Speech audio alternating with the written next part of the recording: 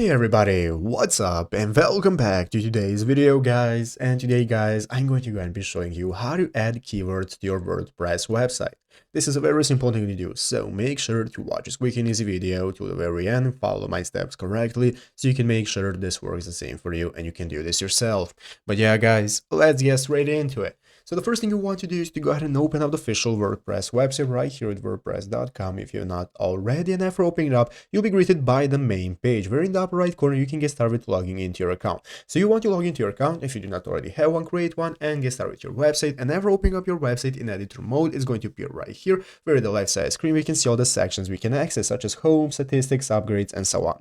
So let's go and take a look at how we can get started with adding keywords. Basically guys, to add keywords and improve your SEO for your website, we are going to be using plugins, and you will be able to find plugins right here at the left side of the screen. Scroll down and find the plugins section. You want to open up plugins. So after clicking on plugins guys, it's going to open up this plugins menu where we can access all the plugins we can add to our website. And basically guys, we are going to be using a couple of plugins. You can see the most recommended plugin guys is the Yoast SEO one. This is the most optimized one for your WordPress, but what you can do guys is use the search bar right here. What you can search for is keywords or meta tags or something similar. Let's go and take a look at what we have. As you can see, when searching for keywords, we are going to go get the Yoast SEO plugin. This is the most recommended one. What you want to do is find the plugin you want to use most. This one is recommended, and if you want, you can get started installing it. So you will need an upgraded plan. As you can see correctly, I do not have an upgraded plan. I'm on the free plan, but if you have upgraded your plan, you'll be able to click the install button right here, and this is going to enable you to install the SEO application plugin to your website. And after installing it, you can get started accessing it. Within the application,